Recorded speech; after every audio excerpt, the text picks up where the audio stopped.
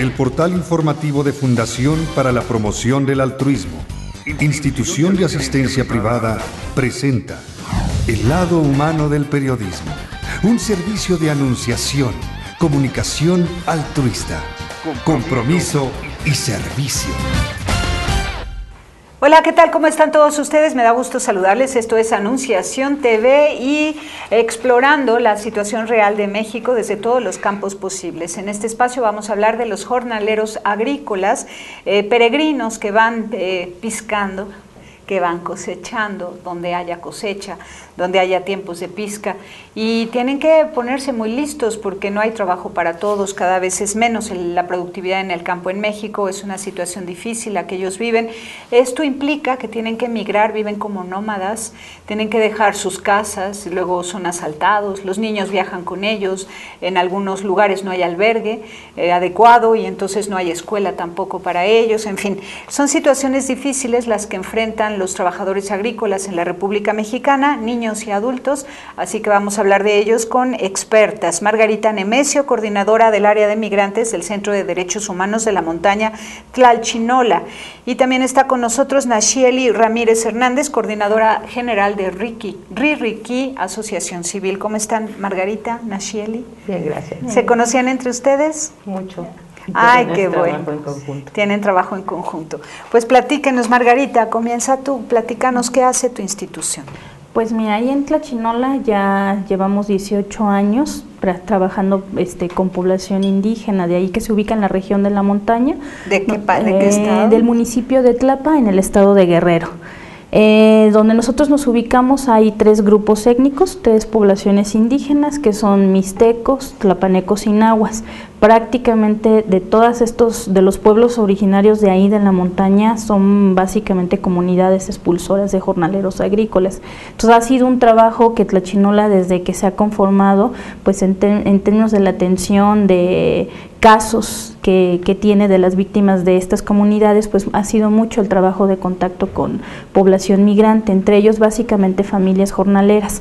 Ahí fue como el interés de ir centrando cuál era como la problemática central, no más allá de atender los casos en la oficina, era como empezar a dar un seguimiento y visibilizar el tema, ¿no? Hablar de jornaleros o jornaleras agrícolas es un tema muy invisible, que además no parte solamente de las condiciones que hay en sus lugares de origen. Como lo decía, son comunidades meramente rurales, indígenas, entonces todas las condiciones de pobreza, de la falta de empleos y de otras más que se van agregando son detonadores que llevan a que estas familias lleven años migrando a estados donde han ubicado los ciclos de cultivo. Pero hay otras problemáticas que son centrales, que nosotros ya los vimos desde que no hay un contrato formal, que eso vulnera completamente toda su condición de trabajadores que tienen, y el otro es que son eventuales, ¿no? Por lo cual no lleva a que firmen justamente contratos o que se establezcan condiciones que se desprenden de lo que establece la Ley Federal del Trabajo. Entonces todo eso ha llevado a que justamente en Tlalchinola centremos ya no solamente la asistencia en casos, sino la documentación y la denuncia donde hemos ubicado violación de derechos humanos de la población migrante. ¿Podrías mencionar algunos lugares donde sí se está llevando a cabo una adecuada aceptación de los trabajadores agrícolas, donde sí hay albergue, donde sí hay escuela para los niños, acompañamiento de profesores que van dando seguimiento a los programas educativos para los niños trabajadores agrícolas que viajan con sus papás? ¿Podrías mencionar algún ejemplo o realmente no hay alguno en México? Es mínimo. Nosotros llevamos 15 entidades federativas que hemos identificado y ubicado a donde migran las familias jornaleras de acá de la montaña, y de esas entidades, salvo Sinaloa, Baja California y quizás Michoacán, tienen algunos campos o algunas empresas agrícolas avances, ¿no? Pero son lentos, no quiere decir que cumplan como cabalmente todo lo que tiene que ver como acceso a derechos básicos, que es vivienda, que son servicios básicos dignos, alimentación, un salario justo, condiciones dignas de trabajo, es mínimo, ¿no? O sea, sí hemos ubicado algunos campos que ha habido como ligeros cambios, pero aún así hay factores, por ejemplo, de discriminación, de que hay diferencias en los pagos salariales, que eso aún sigue mermando su condición que tienen como trabajadores. De esas Te decía, de esas 15 entidades, salvo estas 3, 7 son las que están en pésimas condiciones, ¿no? Muchos de estos trabajadores pagan por su cuenta la vivienda, pagan el transporte, o en algunas ocasiones les dicen que se los van a reembolsar y no es así. Ellos pagan entre 18 y 32 mil pesos un camión para que los lleve a estos estados para poder trabajar. Tienen que pagar ellos su transporte, sí, organizarse. Y luego el dinero que ganan no les alcanza para fomentar el desarrollo integral de su comunidad. No, es muy básico. Sigue siendo muy pobre sí, su comunidad. Prácticamente el trabajo que tienen ellos como jornaleros agrícolas solamente da para subsistir, ¿no? O sea, lo que no pueden subsistir en sus lugares de origen por 6 u 8 meses, lo obtienen de esto. Y como tú dices, el dinero básicamente no les da para el ahorro. Lo que ellos logran como juntar como familia se destina a cuestiones prioritarias. Para una de ellas es la vivienda cuando llegan a su lugar de origen. Lo que nosotros hemos visto que, por ejemplo, una vivienda básica, y hablo como de 2 habitaciones, les lleva a veces 5 años de estar migrando a estas entidades, y es un recurso que se obtiene de 3 a 5 miembros de la familia, más otros 5 para reunir otras cuestiones mucho más básicas. Bueno, estamos hablando de una forma de esclavitud. Es una esclavitud moderna. Una forma de esclavitud. ¿Tú cómo lo has visto, Nacheli? Nosotros trabajamos niños, niñas y adolescentes. De hecho, trabajadores agrícolas. Trabajamos derechos en general. Pero empezamos a trabajar desde hace 12 años en Sinaloa y en Baja California, que son campos agrícolas donde hay recepción, por eso nos conocemos, porque ellos trabajan, la relación se da en zona de expulsión y nosotros trabajamos en zona de recepción de migrantes, básicamente enfocados a niños. Estás hablando en general, la última encuesta de jornaleros agrícolas en el país, te está hablando de 5 millones de personas. O sea, no es menor, si estamos a decir es el 5% de la población. 5 millones de personas entre niños, jóvenes y adultos. Así es, todas las así edades. es, porque migran en familia. ¿Procedentes de qué estados principalmente? Principalmente Oaxaca, Guerrero, Veracruz, son de los más expulsores. Y ahora sí, casi en todo el país hay recepción de jornaleros agrícolas. Quizás muchas veces en pequeñas empresitas, ¿no? Lo que pasa en Hidalgo, por ejemplo, con la zona de joteros en el Valle de Mezquital, en el caso de Morelos, en Puebla, en casi todos los estados hay recepción de jornaleros agrícolas. Las grandes concentraciones se dan en el norte, en todo lo que es la corriente agroexportadora. Y ahí hay campos, pero déjame decirte cuál es como la situación que preocupa. En esos lugares los campos supuestamente están de mejor calidad. Hicieron grandes galerones con casas, espacios, en algunos casos escuelas. Comedores, ¿no? Comedores, etcétera. De entrada se rigen como raya, ¿no? Con raya. O sea, ellos van, compran y tienen que ir descontando, como en el porfiriato, ¿no? Lo que consumen. Lo otro es que cuando en esa zona, con el incremento de la inseguridad, por ejemplo, ya están cerrados, no pueden salir, ¿no? Sobre pretexto de que, y de hecho se ha habido levantones y entrada del crimen organizado, están hasta cerrados, ¿no? Con seguridad pagada por los propios patrones, ¿no? Lo otro es que son niños que no pueden ingresar a las escuelas de esos estados, sino que están en un programa especial para migrantes o con CONAFE de maestros que no son maestros, sino son capacitados para en alguna temporada trabajar con este tipo de población. Y lo que el 80% de esta población es de origen indígena, ¿no? Y lo que nosotros hemos venido documentando estamos hablando, digamos, del grupo poblacional más pobre entre los pobres, ¿no? Y paradójicamente, como para dar un ejemplo de cuál es el nivel de sus carencias, ellos no son sujetos al programa de pobres de este país, que es el de oportunidades, básicamente porque migran. Entonces, como uno de los elementos de las reglas de operación de oportunidades es que tienes que quedarte y documentar que estás yendo a la escuela, que estás yendo al médico, ellos no pueden cubrir ese requisito. Y entonces estás hablando de una población verdaderamente, ahora sí que abandonada de la mano de Dios. ¿Y los patronos lo saben, los dueños de las empresas, estas agrícolas exportadoras? Sí lo saben. Yo creo que el modelo, este tipo de modelo agroexportador, lo que ha pasado es... lo que pasa mucho con nuestros nuevos procesos a los que nos enfrentamos en este siglo, finales del 20 y 21, tú pierdes la relación con quien es tu patrón. Cuando tú tenías las haciendas, sabías que don Juan estaba ahí, igual cometería las 1001 barbaridades que puedes, pero había una contención social que decía, oiga, don Juan, no se pase, ¿no? Aquí las agroexportadoras y todo esto, digamos, globalización, no permite que veas de cara. Es la diferencia en que te vas a la tienda de la esquina con Don Chucho o vas a un supermercado, ¿a quién le reclamas? A Don Chucho le dices, Don Chucho, el frijol me lo mandó mal, ¿no? En el otro, pues a ver si te peleas con quién se hace cargo y cómo lo hacen. No hay una cara de frente. Pero los capataces sí los conocen. Claro, y ellos son, digamos, tienen fama de ser corruptos, de quedarse con la mayor parte del dinero. Son los enganchadores, son los que lo traen, son los que arreglan. Generalmente el patrón no tiene contacto con los jornaleros. Se confía del capataz y el capataz. Los lugares en donde tenemos ahorita mejores condiciones son los lugares en donde la presión ha sido más bien una presión internacional.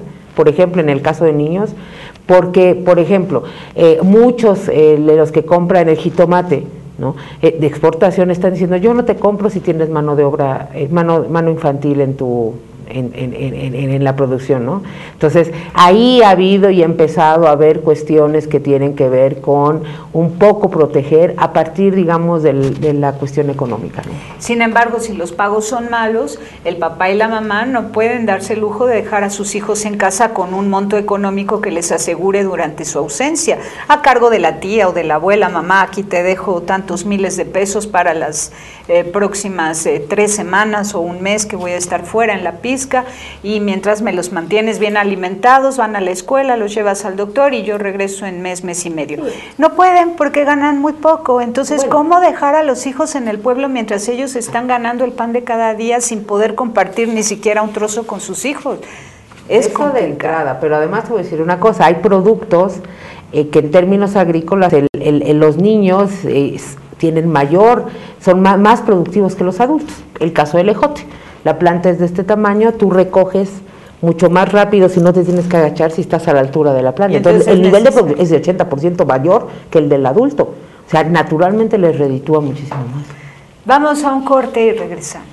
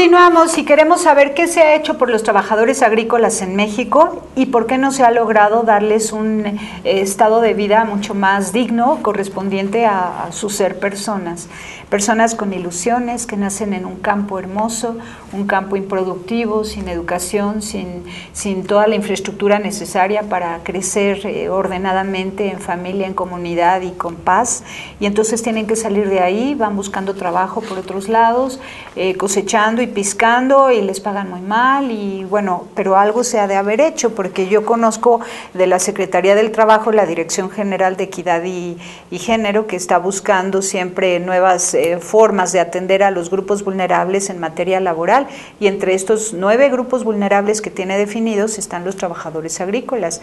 ¿Habrá salido de la Secretaría del Trabajo ya alguna iniciativa, propuesta, un camino, una estrategia, una metodología para garantizar la seguridad de estas personas y sus derechos humanos, o no?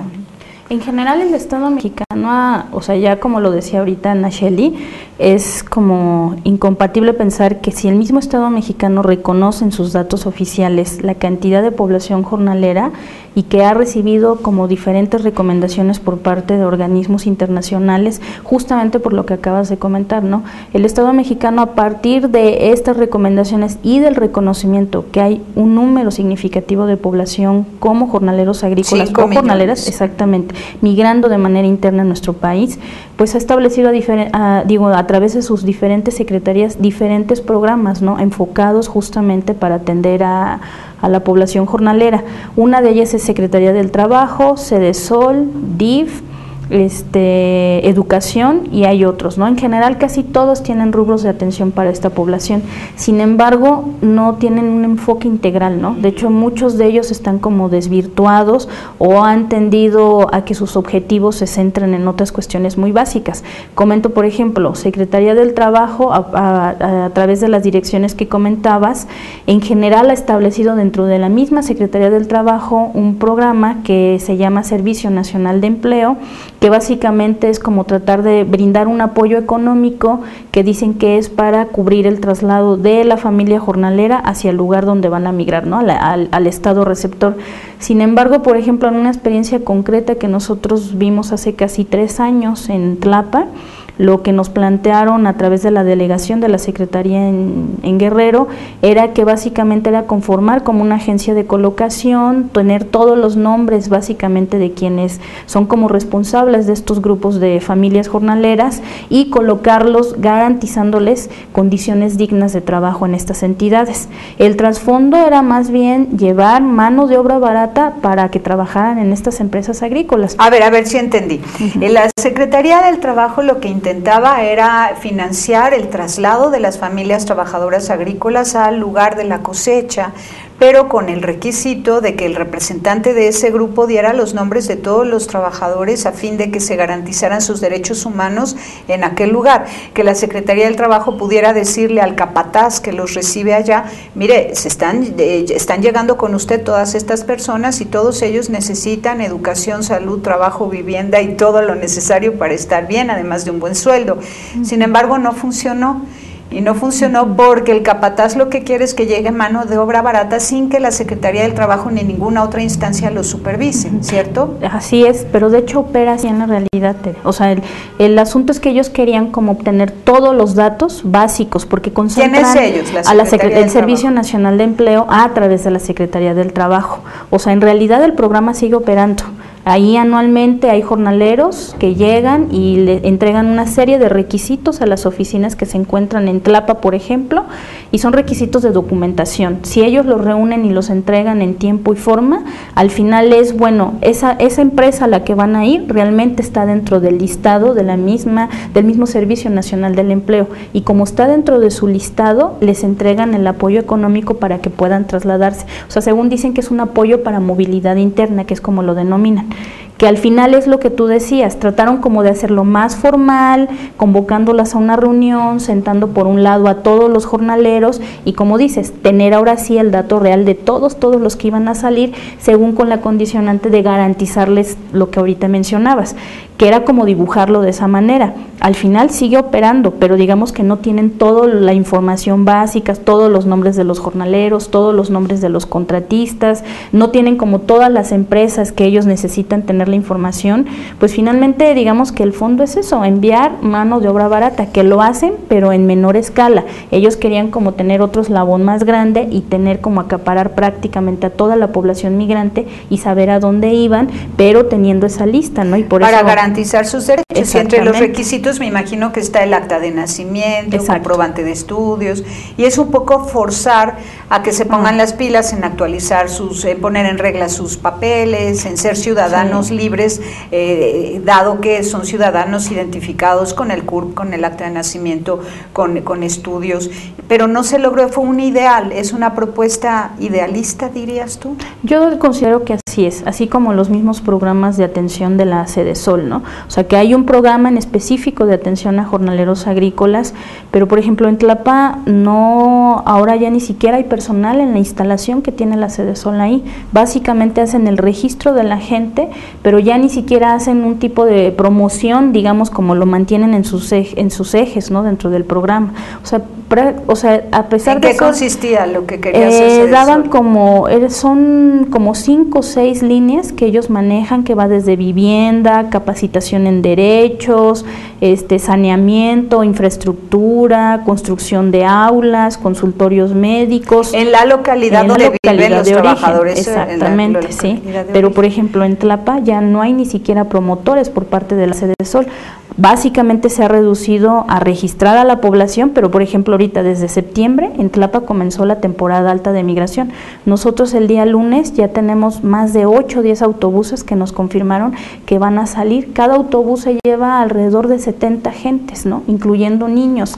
Entonces van también hacinados en los autobuses, eso porque es un son grave para 40 problema. personas. Exactamente, y eso por ejemplo le tocaría a la misma Secretaría del Trabajo vigilar las condiciones de los autobuses. Son camiones completamente viejos donde nosotros hemos visto cómo la documentación es alterada, no cuentan con ella, hemos denunciado los accidentes que se han registrado, pero no han reparado justamente en cómo implementar inspecciones u otro tipo de mecanismo de atención para que estas unidades no salgan hacinadas principalmente. Y lo que nos preocupa es que el personal de la Sedesol, por ejemplo, en esta semana no ha estado. Desde septiembre, ya lo decía, ha sido como meramente el registro sin llevar a cabo o implementar como toda la atención que si ellos ya lo tienen dentro de sus programas, es entonces donde se está quedando. Sabemos que ya viene el cambio, ¿no?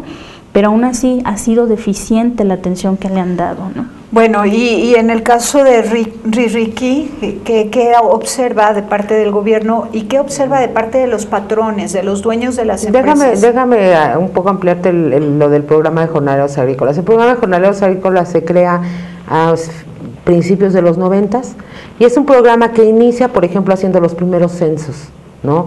Viendo y haciendo las primeras revisiones de qué estaba pasando. ¿Los primeros centros te refieres a los albergues censos, donde llegan? Exacto, porque empezaban a ver como que había un problema, pero nadie se metió a verlo. ¿Antes entonces, dónde dormían? ¿En campamentos? ¿En casas de campaña al aire libre? A ver, ¿qué te puedo decir? Tú todavía encuentras galerones que se usaban de basurero o de estancias abandonadas de estaciones de trenes, las condiciones son verdaderamente insalubres, ¿no? En ese entonces ni siquiera en las grandes agroexportadoras como puede ser Sinaloa, Baja California, que es donde encuentras mejores campos agrícolas, o Chihuahua, Sonora, ¿no? Ni siquiera existían. Entonces ellos empiezan a hacer, digamos, las primeras cuentas y los primeros diagnósticos y empiezan a generar un programa que empieza a crecer hasta hace más o menos 8 o 9 años, que lo que ha venido pasando es que ha venido reduciendo presupuesto. Entonces tú tienes una población potencial por lo menos de más de 1 millón de gentes que se están moviendo en un momento, ¿no? Y tienes un presupuesto anual que no pasa de 200 millones de pesos. Con eso no puedes hacer absolutamente nada, ¿no? Ya déjate, ni siquiera para los niños, tampoco para los adultos. O sea, es un programa que si no tiene dinero, pues más bien es un programa idealista y es un papel más para utopía, cubrir, ¿no? ¿Qué es lo que pasa con el PRONIM? Que es otro programa, ese programa de niños migrantes de la SEP, también tiene más de 20 años trabajando. El problema es igualmente, no hay infraestructura, no hay maestros, y bueno, ¿qué tenemos? Tenemos una población que representa el 60% del rezago a nivel primario. Tenemos una población en donde los niños siguen saliéndose a partir de tercero de primaria. Y tenemos un grave problema porque lo que está demostrado, por ejemplo, es que la educación es un factor para romper el círculo de la pobreza. Y el problema que tenemos es que estos niños se incorporan, no nada más afectando naturalmente su desarrollo, su salud y también su educación, y lo que a corto plazo parece resolver es la vida, ¿no? O por lo menos la subsistencia, lo que pasa a largo plazo es que no les permite romper con el círculo de la pobreza, ¿no? Claro, y solamente resueltas tus necesidades básicas en el hoy, puedes proyectarte hacia el futuro. Y como ellos todos los días están ganando el pan de hoy, no pueden proyectarse hacia el futuro, no pueden tener la ilusión de estudiar, de construir algo mejor en su comunidad de origen, porque tienen que luchar por conseguir el pan de hoy, sea, donde esté. Si viven ellos en Oaxaca, se tienen que ir hasta Sonora, hasta Sinaloa, hasta Chihuahua, para comer el pan de hoy. Es tremendo, es tremendo. Te voy a dar un dato de la encuesta nacional de jornal que la hizo el gobierno igual el año pasado. Fíjate, hay un dato que dice que las mujeres no duermen más de 4 horas al día. O sea, van, hacen el trabajo ahí en la casa, bueno, en el lugar donde están, van y van a los jornales y regresan. Es terrible, o sea, estás hablando además de unos niveles de estrés, un nivel de consumo, por ejemplo, de alcohol, de un nivel terrible de hacinamiento en esos lugares. Es decir, que hay mujeres que van de cocineras junto con los trabajadores agrícolas. Y van a hacer las dos cosas, bueno, van la familia completa. Entonces, así como tienes tus labores en tu casa, ¿qué crees? Pues tienes los labores en el campo agrícola, con lo que es, para el que nos está viendo, lo sabe y que lo repiense, lo que es un jornal agrícola. Es un esfuerzo físico que ninguno de nosotros citadinos nos podemos imaginar. Bueno, a mí lo que me queda claro entonces es que no es el gobierno, no es los que organizan los trabajadores agrícolas, ¿no? Los que los cuidan en su lugar de origen y los bendicen a la salida cuando se suben al autobús, sino que son los empresarios receptores de estos trabajadores agrícolas que no han formado moralmente, éticamente a sus capataces y que no están al pendiente de dar los pagos justos para los trabajadores agrícolas. Quiero saber qué se ha hecho en ese sentido. Vamos y volvemos. Volvemos.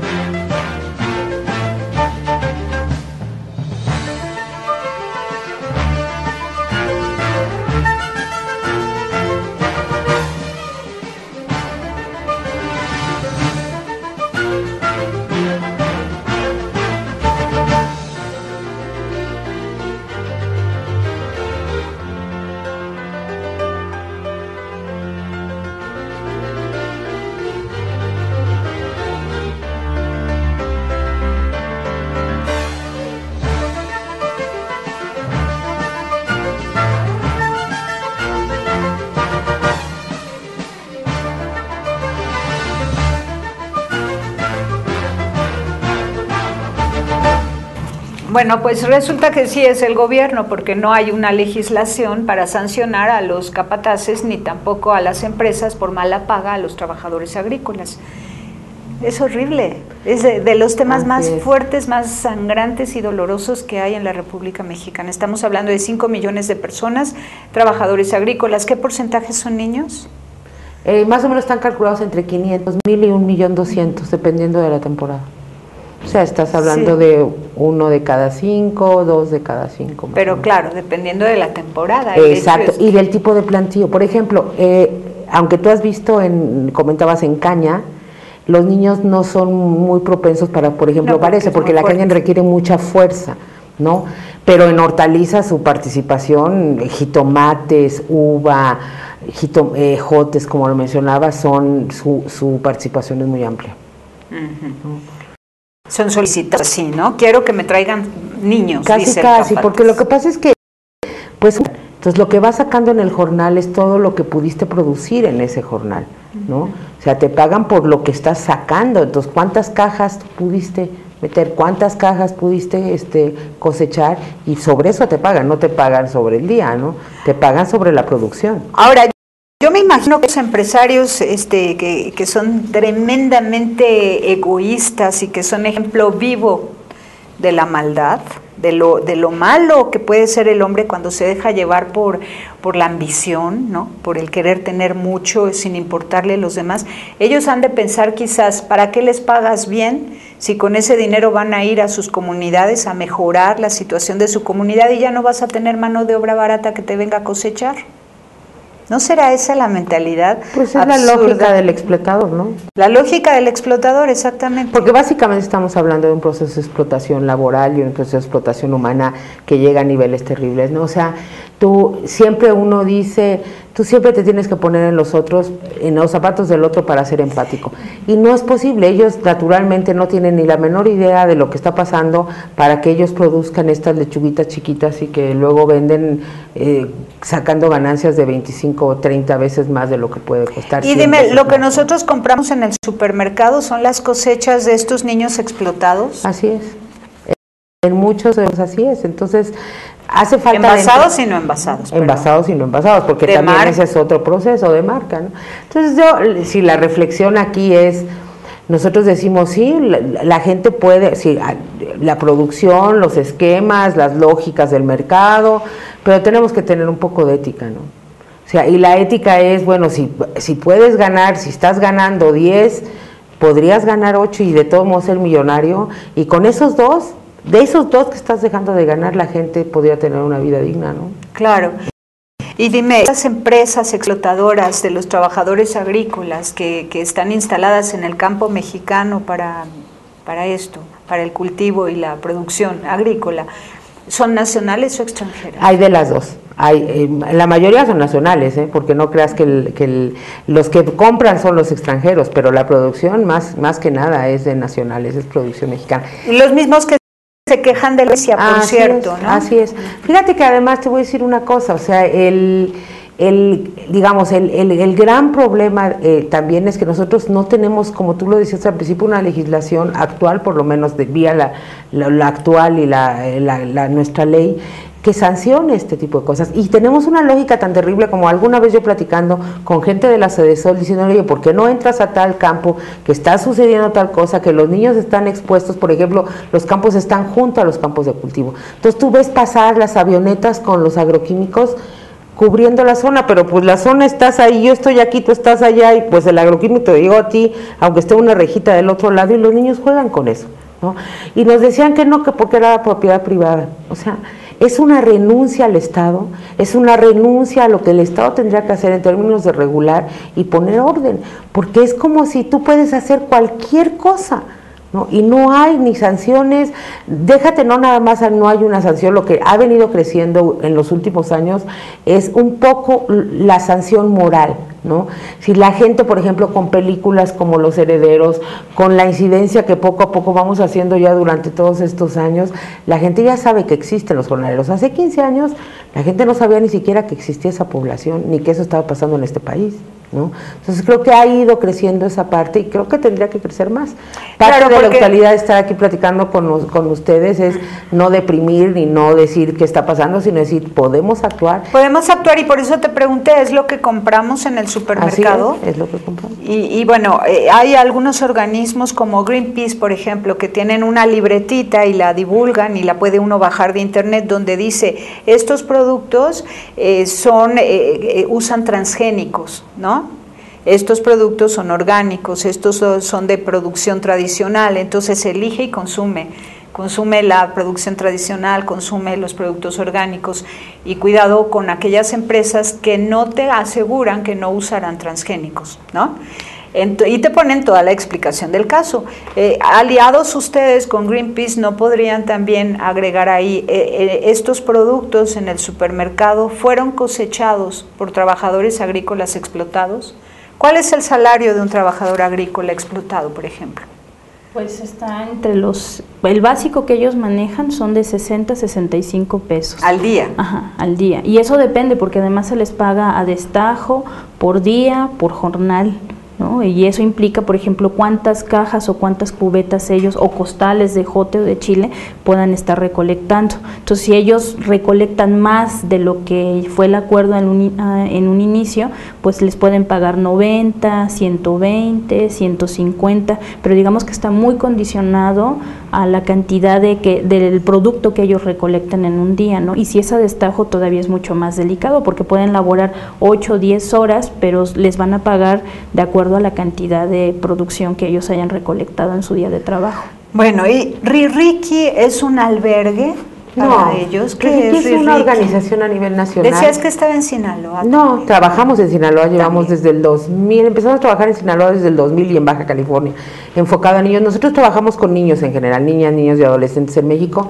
Por sus derechos hacemos nivel de incidencia y tenemos también, ahorita estamos trabajando de manera directa todo el tiempo en Nayarit y en el Valle de Mezquitán, en Hidalgo, que son zonas igual de migrantes agrícolas, con un programa de erradicación de trabajo infantil, becas y eso financiado por Telefónica. Y trabajamos en Sinaloa, trabajamos hasta hace 2 años, cada año íbamos a esta temporada exactamente, 2 meses, que es la plena. Ahorita es cuando empieza, lo más fuerte está en octubre, noviembre y diciembre, es la temporada más fuerte en Sinaloa. Y trabajamos en esa época. Durante muchos años íbamos cada año. ¿Qué ha pasado últimamente? Varias cosas. Uno, que nosotros salimos muy caro y hay un gran problema y es que hay pocas organizaciones que trabajen con jornaleros agrícolas. ¿Por qué es difícil? Por esta cosa que te digo, necesitamos, para que tú entres a un campo, necesitas una concertación con los patrones porque si no, no te dejan entrar, mucho más porque cada vez que se ha hecho más abierto estas situaciones de explotación van cerrando más la puerta y simplemente te prohíben la entrada. Nosotros conocemos campos en Baja California, en el Valle de San Quintín, donde hay guardias blancas. No, sobre pretexto de la violencia, simplemente no puedes entrar. Y como han estado filmando documentales y eso, están cada vez peor, no queriendo dejar entrar. Entonces, si tú quieres hacer trabajo, necesitas muchísima concertación ahí para poder entrar a trabajar, ¿no? ¿Y tu intención de entrar ahí es trabajar Nosotros en qué hacíamos sentido? derechos, trabajábamos educación, cuestiones lúdicas, cuestiones de derechos de los niños, cuestiones de maltrato, contra el maltrato de los niños en términos de la violencia al interior de las comunidades y de sus casas. Es decir, que aprovechando que estaban ahí congregadas personas procedentes de distintos estados, de una vez los educabas a todos en estos campos. Y ahí fue donde conocimos a Margarita de Transilvania, porque nosotros trabajábamos en los campos y ellos, naturalmente, es una de las organizaciones que más hace trabajo de acompañamiento. En algún momento, yo me acuerdo hace algunos años, la infancia les llegó, o sea, ellos trabajaban primero nada más con adultos y de repente, bueno, accidentes como muertes en los surcos y eso nos hicieron aliadas, ¿no? Bueno, ¿y qué se les ocurre que podemos hacer como sociedad, además de negarnos a consumir productos que son pues el fruto de la explotación de los trabajadores agrícolas en México, como sociedad civil, ayudar al desarrollo comunitario en las comunidades de origen, generar empleo ahí, o exigir a los empresarios que paguen bien a los jornaleros agrícolas? Porque además también sí hacen falta los jornaleros agrícolas, claro. Su trabajo es súper importante, pero hay que pagarle lo que corresponde, ¿no? Dime, ¿qué se te ocurre que podemos hacer? Pues es bien, o sea, se pueden hacer como muchas cosas. Yo siento que una de las prioritarias sería eso, de exigirle no solamente a los empresarios, sino al Estado mexicano, ¿no? Siento que ahí hay cuestiones muy básicas que se han establecido ya en leyes muy concretas. Una de ellas está ahorita apenas en lo de la ley laboral, que más allá de eso son como cuestiones de responsabilidad, ¿no? De garantizar no solamente derechos básicos, sino justamente uno de estos es a un salario digno, ¿no? O sea, mejores condiciones en los campos agrícolas, y eso sí puede ser una exigencia de la misma sociedad, ¿no? O sea, como un mecanismo de presión, como de alianza, de decirle al Estado lo que le corresponde y a los mismos empresarios agrícolas la parte que le corresponde como patrones. Claro, porque ellos ven a los trabajadores agrícolas como unas personas que no valen mucho y dicen, pues les estoy haciendo un favor, ¿no? Sí, es básicamente eso. O sea, la ley que nosotros hemos visto es que al no tener como posibilidades de emplearse en su lugar de origen, al brindarles una oportunidad de trabajo en estas entidades, aunque sea por 60 pesos exactamente, al día. y lo hacen. O sea, la única forma de hacerles un favor es yo te empleo, pero no formalizo nada contigo. Todo lo que yo voy a hacer es una cuestión verbal, así lo acordamos, y tú te ajustas a esas condiciones, ¿no? Entonces ellos tienen que estar negociando prácticamente una situación de vida que les debería de corresponder como trabajadores, pero que no se las dan, ¿no? O sea, porque hay como esa lógica, y les han sembrado esa lógica de te hago un favor de emplearte a ti, a tu esposa y a tus hijos. Porque como ni estudias, no tienes escuela, no tienes ni tus papeles, ni tu acta de nacimiento, yo te voy a pagar 60 pesos al día y agradécemelo además. Y lo más grave es que si es población indígena, esta situación se agrava mucho más. Por el idioma. Exactamente, y porque además hay un desconocimiento y de respeto de derechos básicos. Bueno, sí, mira, yo creo que tienes dos minutos para cerrar. Si estamos desde aquí en las ciudades, visibilizar el problema y no pensar que porque no está lejos no tenemos la necesidad de hacerlo visible, de demandar que el gobierno, que las leyes se modifiquen para poder castigar y que nos pongamos en el zapato del otro. Si estamos cerca de los migrantes, son altamente discriminados. No nada más discriminamos a los guatemaltecos, discriminamos a los oaxaqueños que están en Sinaloa, diciéndoles oaxaquitos, diciéndoles indígenas, y yo creo que eso ya de entrada nos coloca en una posición de ser más humanos nosotros, ¿no? Solidarizarnos y pensar que de entrada un trato digno y la dignidad de los seres humanos es el primer paso exactamente para que todo el mundo veamos cumplidos nuestros derechos. Excelente. Bueno, a lo mejor la sociedad civil organizada, así como hace albergues temporales junto a los hospitales públicos para dar cabida a todas las personas que vienen del interior del país, a las grandes ciudades a recibir la salud para sus enfermos, pues estos albergues están disponibles, ¿no? En los tiempos de recuperación antes del alta definitiva para regresar a sus lugares, en fin, es un apoyo integral. Pues a lo mejor la sociedad civil junto a cada campo de cultivo podría poner un albergue digno para las personas más organizaciones necesitamos. Sí, y en todo caso, a través de estas organizaciones de la sociedad civil, pues jalar los recursos de la misma empresa que está pagando mal y decirle, tú estás pagando mal ahí, pero yo aquí quiero hacer algo por ellos, ¿no? Entonces dame todo el dinero que puedas a manera de donativo para poder un poco atenuar, disminuir el dolor durante el tiempo del cultivo. Y no por ello nos acostumbremos a la mala paga, sino en paralelo seguir exigiendo un pago justo. Y por otro lado, pues me propongo vincularlos con los representantes de Greenpeace para que agreguen a esa libreta cuáles son los productos que son fruto de la explotación laboral de la que son víctimas los trabajadores agrícolas. ¿Estarían de acuerdo ustedes claro que a sí, pasar la lista, ya que ustedes son de las pocas personas en México que conocen esa lista? ¿Sí? Pues claro, muchas sí. gracias. Gracias. No, gracias. Pásela bien haciendo el bien. Hasta la próxima. Sí hay soluciones. Aquí, en el portal informativo de Fundación para la Promoción del Altruismo, Institución de Asistencia Privada. El lado humano del periodismo. Un servicio de anunciación, comunicación altruista. Participa en Facebook. En Todo México Somos Hermanos. Y síguenos en Twitter, @TodoMéxicoSomos.